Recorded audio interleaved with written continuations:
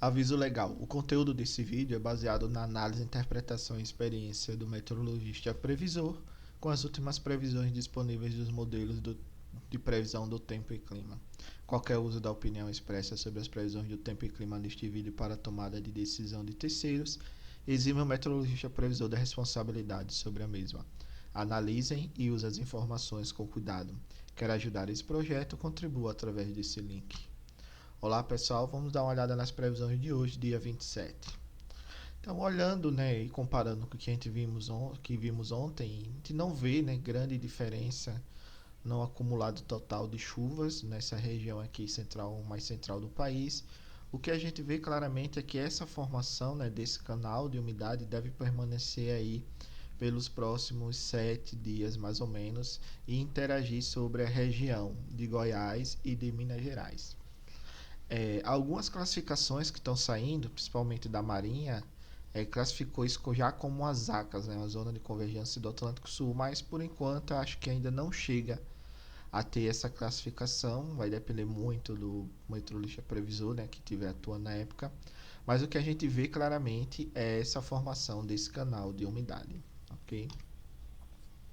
Observando agora um pouco mais à frente, a gente vê claramente que não existe nenhum fenômeno que possa bloquear a entrada de frentes no país, pelo menos até o dia 12, aí, dia 11, dia 2. O que a gente vê claramente é que a gente tem, né, a passagem de alguns sistemas de alta pressão e baixa pressão, principalmente esses sistemas de baixa pressão mais sobre o oceano, e essa interação, né, da frente associada a esse sistema deve ajudar aí a organizar chuvas na região central do país pelos próximos dias. Então, o que a gente observa é que na primeira semana operativa de novembro e na segunda, a gente já nota aí principalmente uma atmosfera mais livre para a formação de chuvas e é o que deve continuar na primeira quinzena do mês de novembro, ok?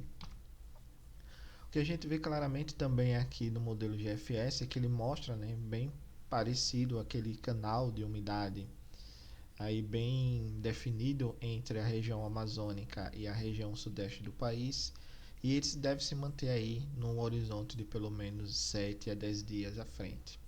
E com isso, o que a gente vê claramente é que não devemos ter temperaturas muito acima ou muito abaixo da normal climatológica para os próximos 15 dias. O que a gente vê claramente é que deve se manter aí uma temperatura dentro da faixa da normal climática, ou seja, do normal, né, que é esperado para essa época do ano, ok? Agora o destaque que a gente vê claramente é que a gente observa que aparentemente já começa a ter aí um retorno, né, do armazenamento de água no solo, principalmente nessa faixa que liga aqui o sul da Amazônia à região sudeste. O grande destaque aqui que se dá principalmente é nas bacias do Paranaíba e do Grande, que a gente já vê que começa a recuperar bem aí na projeção para o dia 30 do 10.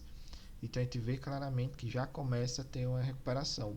Aparentemente a bacia do Paranaíba ela já começou a responder um pouco, né, essa recuperação de armazenamento de água no solo, e pode ocorrer que até o final do mês a gente observe também um leve aumento aí na região da Bacia do Grande. Nesse primeiro momento, até o final do mês, a gente não deve ter tanta mudança assim drástica na recuperação das vazões na Bacia do Paranaíba Grande, porque o solo está muito seco e a maior parte dessa água está sendo utilizada aí para criar armazenamento de água no solo. Porém, se continuar essas chuvas lá para a primeira semana operativa de novembro, a gente deve ter sim aí um aumento cada vez mais significativos, até porque o solo já vai estar bem úmido até lá, ok? Acompanhar para ver. Então a gente tem a continuidade das chuvas no país até o fim do mês, né? E o grande destaque é que as regiões das bacias de Serra da Mesa, Três Maria, Paranaíba e Grande, ela já começa a apresentar essa recuperação de armazenamento de água no solo. E se continuar dessa forma, né, o impacto nas vazões deve ocorrer durante o início do mês de novembro. Então acompanhar para ver o que vai acontecer. E ainda não saíram os dados dos modelos Zeta 40 e nem do GEFS que o ONS utiliza, mas a gente vê claramente que o SMWF ele mostra aqui esse canal de umidade, né, entre a região amazônica e a região sudeste, pegando parte aqui da Bahia do Tocantins. E esse padrão deve ter aí, pelo menos deslocacional, aparecendo nos modelos ETA e nos modelos GEFS. O que não pode assim aparecer seria dar essa mesma intensidade. Os dois podem estar mais intensos ou menos intensos. Mas esse padrão da formação desse canal de umidade aqui, né, desse corredor de umidade, a gente já viu ontem claramente nos modelos, ok? Obrigado, pessoal, pela participação. Paz e bem.